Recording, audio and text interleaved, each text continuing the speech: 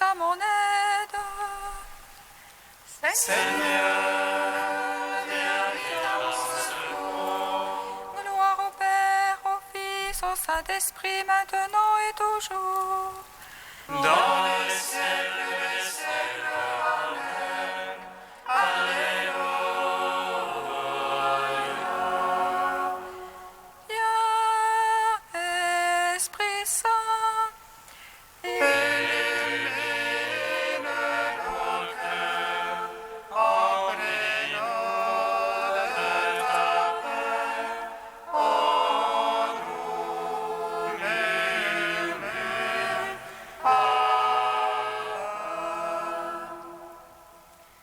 Tu es notre Père, ô Dieu, toi notre force, vraie source vive.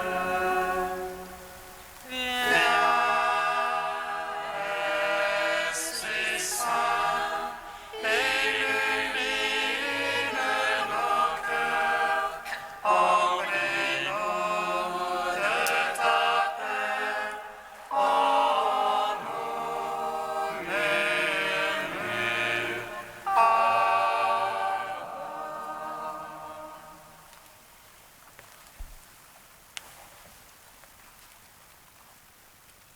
tu es notre espérance, tu es notre salut.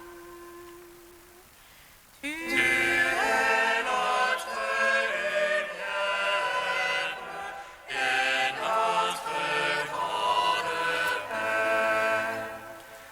Toi, la source de vie, tu invites au royaume. Tu fais de nous les héritiers de la gloire de Dieu.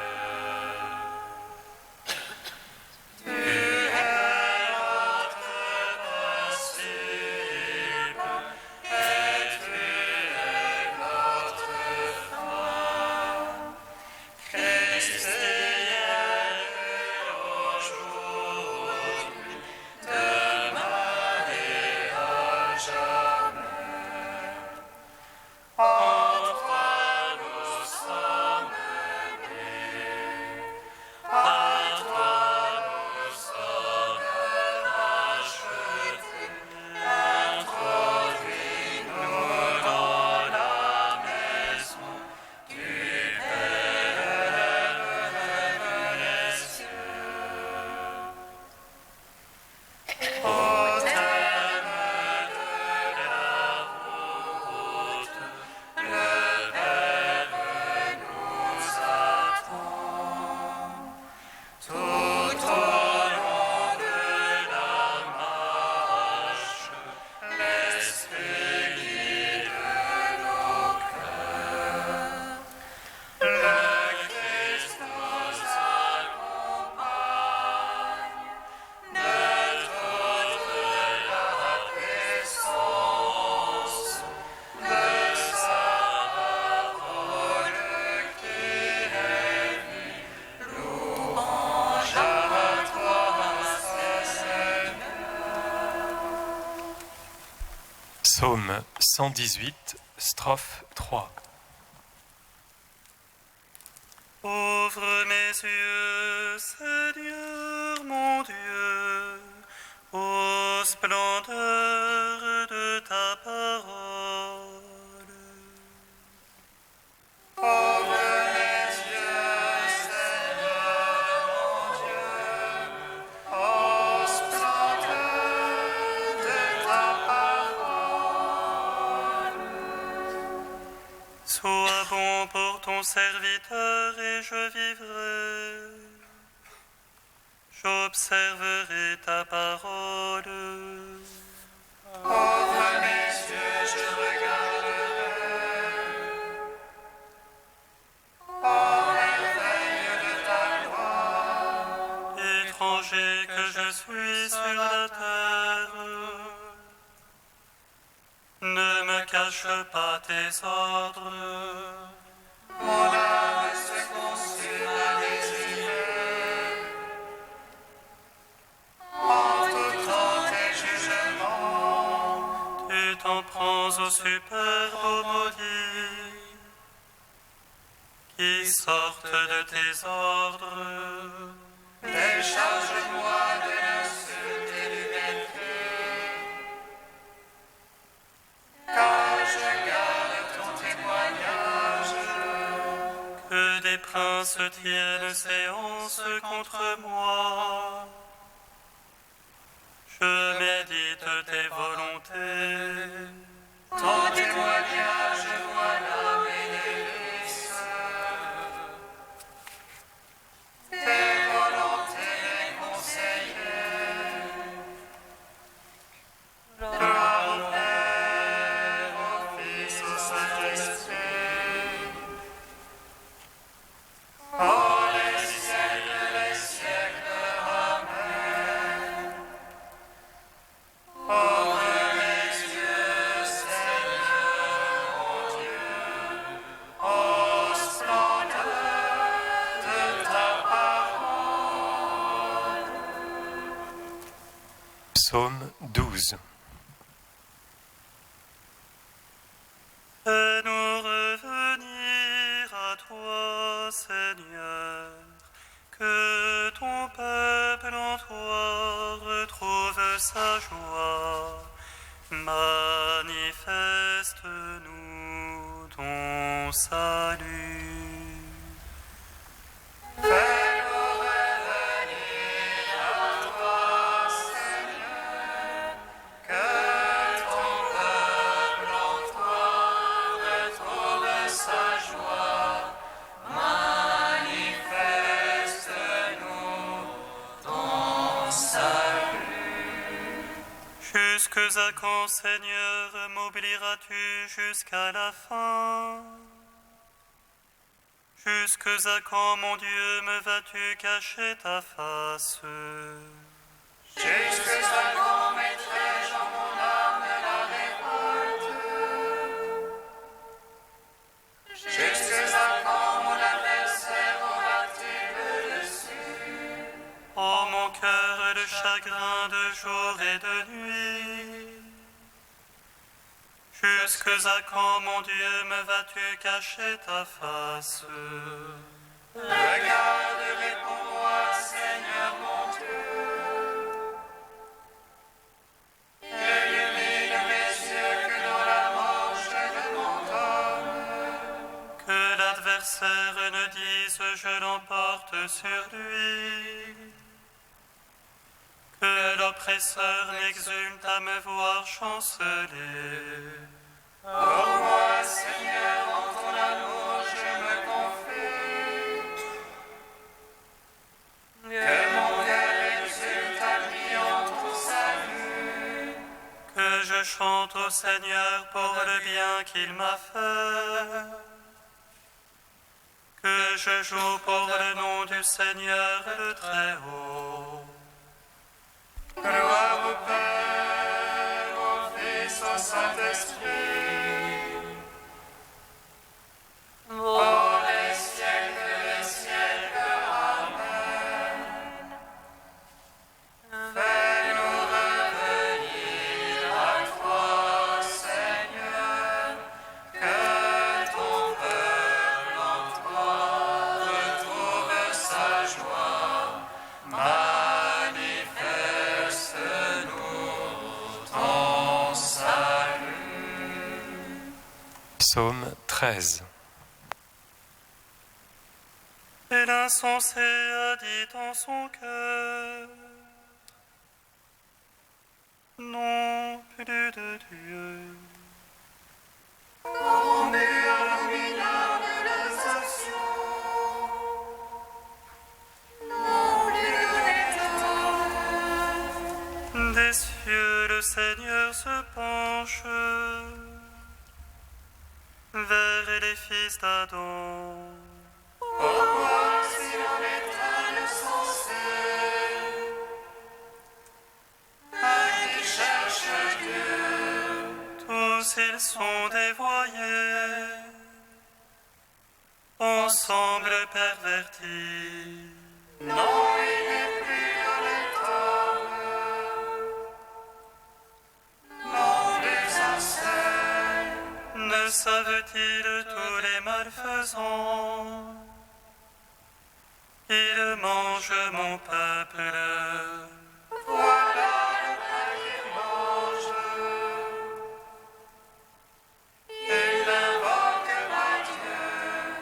Alors ils seront frappés d'effroi, sans cause d'effroi.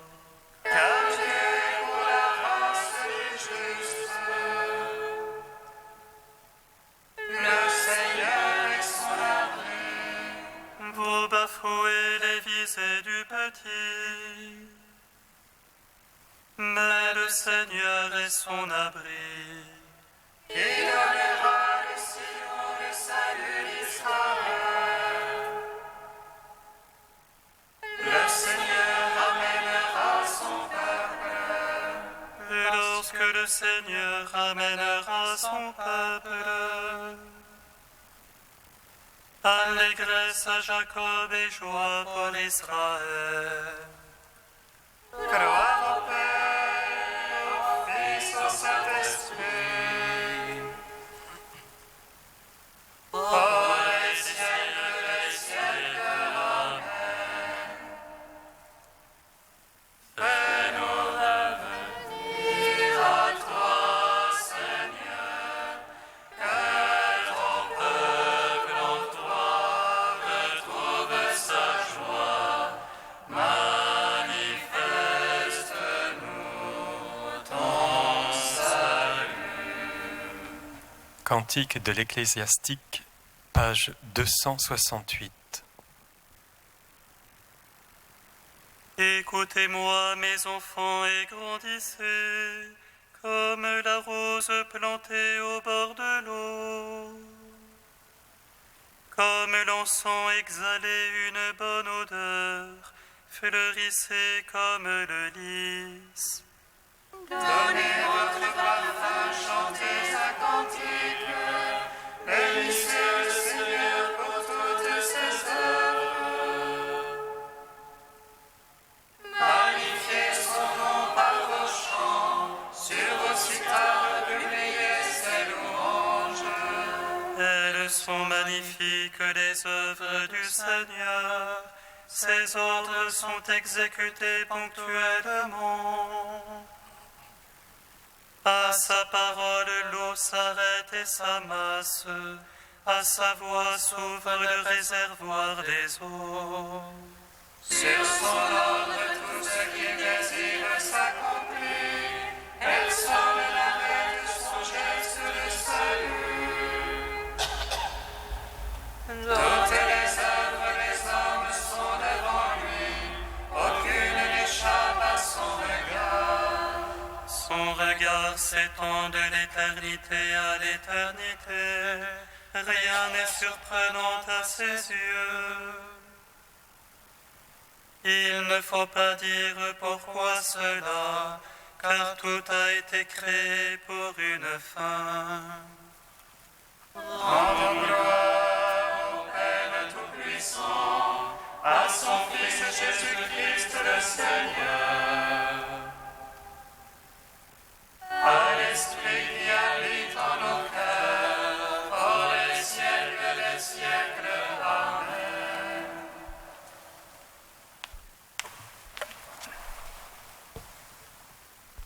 De Bernard Ray, la discrétion de Dieu. Dieu a parlé pour s'adresser à l'humanité. Les Juifs et les chrétiens ajoutent qu'il s'est révélé à un peuple. Ce fait souligne son respect pour l'humanité. Pour s'adresser à elle, il ne lui parle pas de loin, ni en général, mais il se fait entendre sur la terre, dans un espace particulier et restreint. En effet, à partir du moment où Dieu désire rejoindre l'humanité de façon concrète, donc au sein de son histoire, il lui faut bien commencer quelque part et à un moment donné.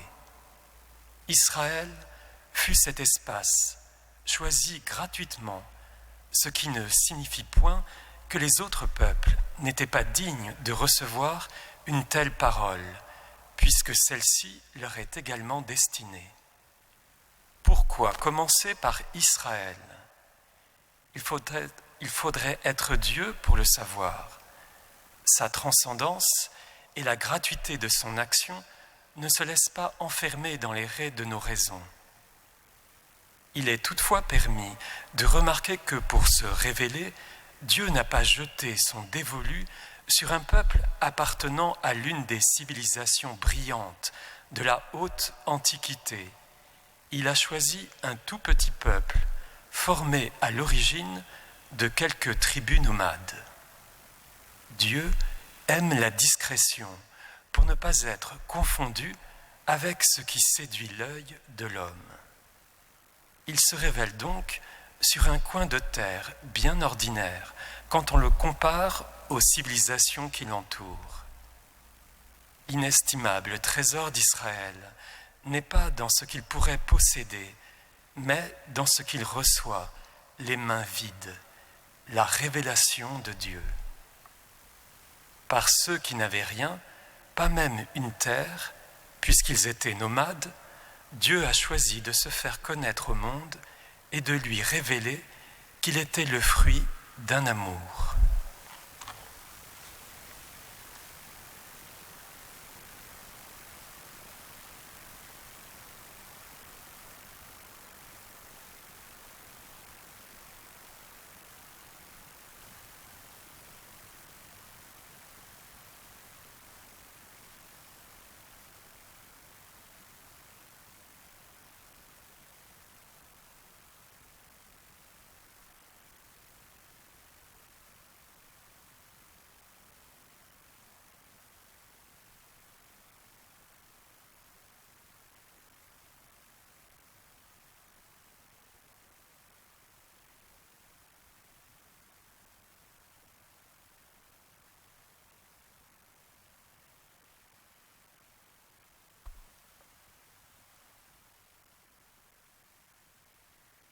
L'esprit de vérité me rendra témoignage. Vous serez mes témoins, car vous êtes avec moi depuis le commencement. L'esprit de vérité me rendra témoignage. Vous serez mes témoins, car vous êtes avec moi depuis le commencement. La bonne nouvelle qui est parvenue jusqu'à vous porte du fruit et progresse dans le monde entier. Elle fait de même chez vous. L'esprit de vérité me rendra témoignage. Vous serez mes témoins, car vous êtes avec moi depuis le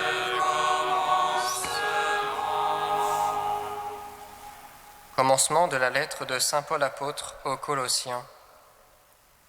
Moi, Paul, apôtre du Christ Jésus par la volonté de Dieu, avec Timothée notre frère, je m'adresse à vous, frères dans le Christ qui est à Colosse, membres fidèles du peuple saint.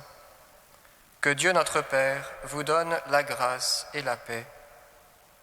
Nous rendons grâce à Dieu, le Père de notre Seigneur Jésus-Christ, en priant pour vous à tout instant. Nous avons entendu parler de votre foi dans le Christ Jésus et de l'amour que vous avez pour tous les fidèles, dans l'espérance de ce qui vous attend au ciel. Vous en avez déjà reçu l'annonce par la parole de vérité, la bonne nouvelle qui est parvenue jusqu'à vous. Elle qui porte du fruit et progresse dans le monde entier, elle le fait de même chez vous, depuis le jour où vous avez reçu l'annonce et la connaissance de la grâce de Dieu dans toute sa vérité, par l'enseignement d'Épaphras. Lui, notre compagnon bien-aimé, qui nous représente fidèlement comme ministre du Christ, il nous a décrit l'amour que vous vivez dans l'Esprit Saint. Gloire à toi, ô Dieu vivant, gloire à toi. Gloire à toi, ô Dieu vivant, gloire à toi.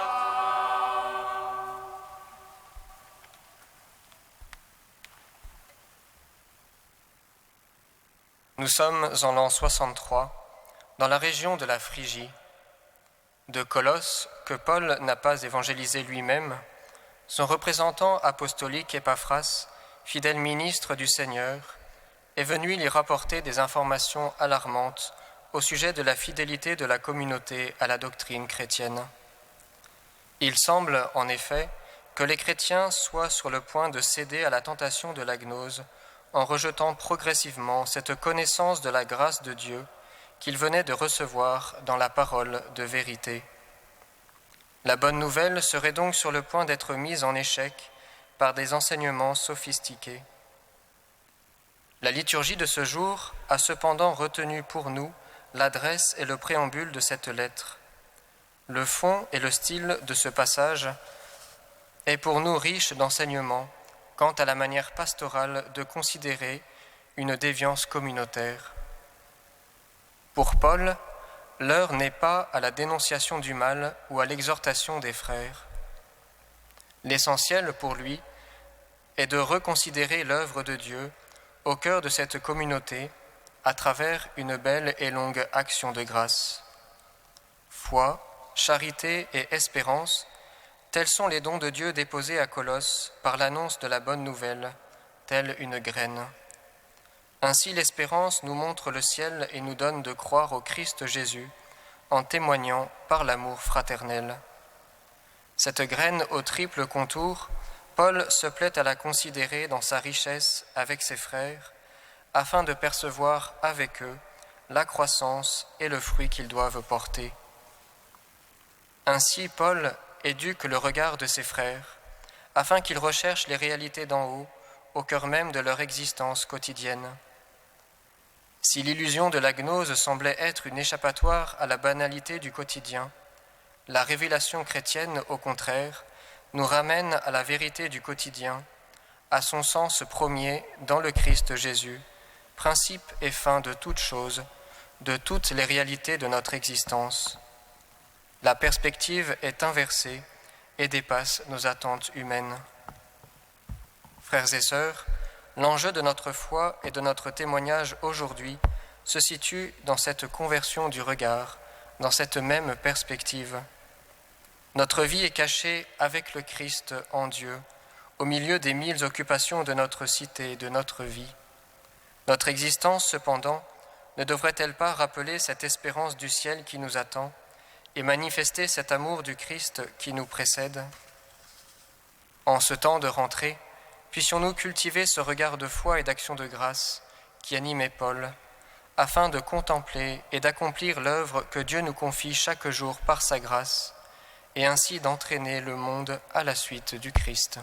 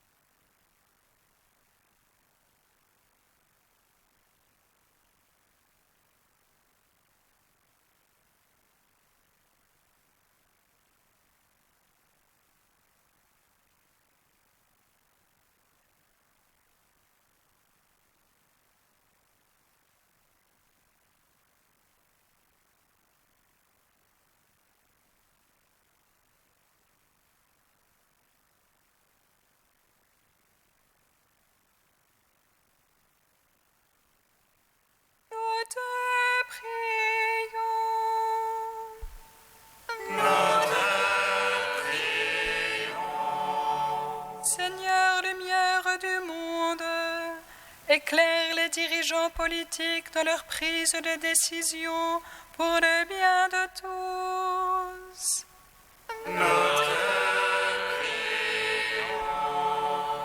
Seigneur, Maître des nations, soutiens les pasteurs de ton Église dans l'exercice de leur ministère jusqu'aux extrémités de la terre.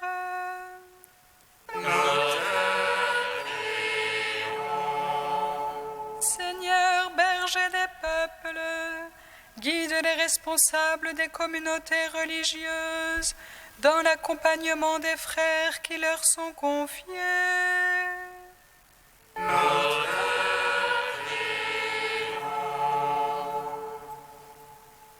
Tu es saint Dieu, tu es saint fort, saint immortel, prends pitié de nous.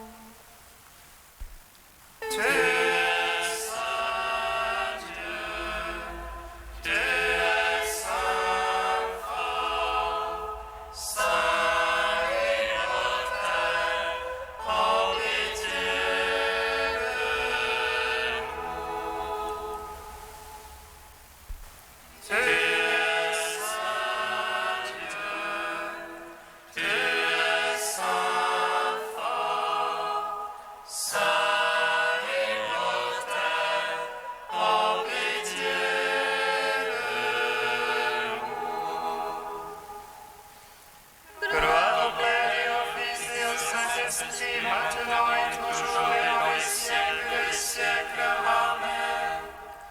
Saint immortel, prends pitié de nous. Tu es saint Dieu, tu es saint fort, saint immortel, prends pitié de nous. Unis dans le même esprit, nous pouvons dire avec confiance la prière que nous avons reçue du Sauveur.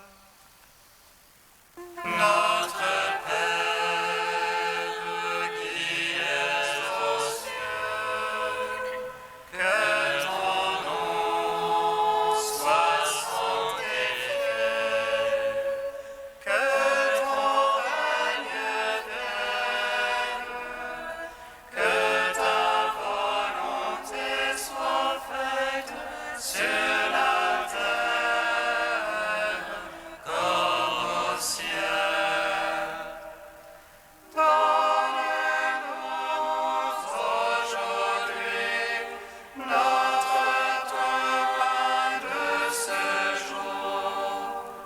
Pardonne-nous nos offenses, comme nous pardonnons aussi à ceux qui nous ont offensés. Et ne nous soumets pas à la tentation, mais délivre-nous du mal.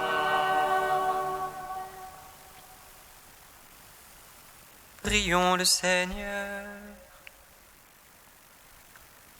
Dieu puissant, de qui vient tout don parfait, enracine en nos cœurs l'amour de ton nom.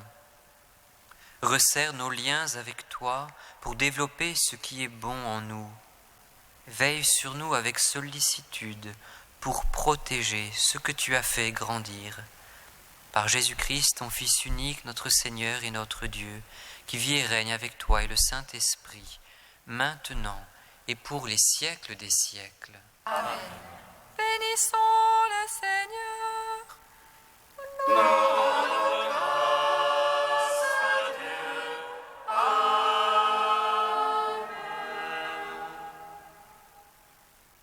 L'ange annonça à Marie qu'elle serait la mère du Sauveur.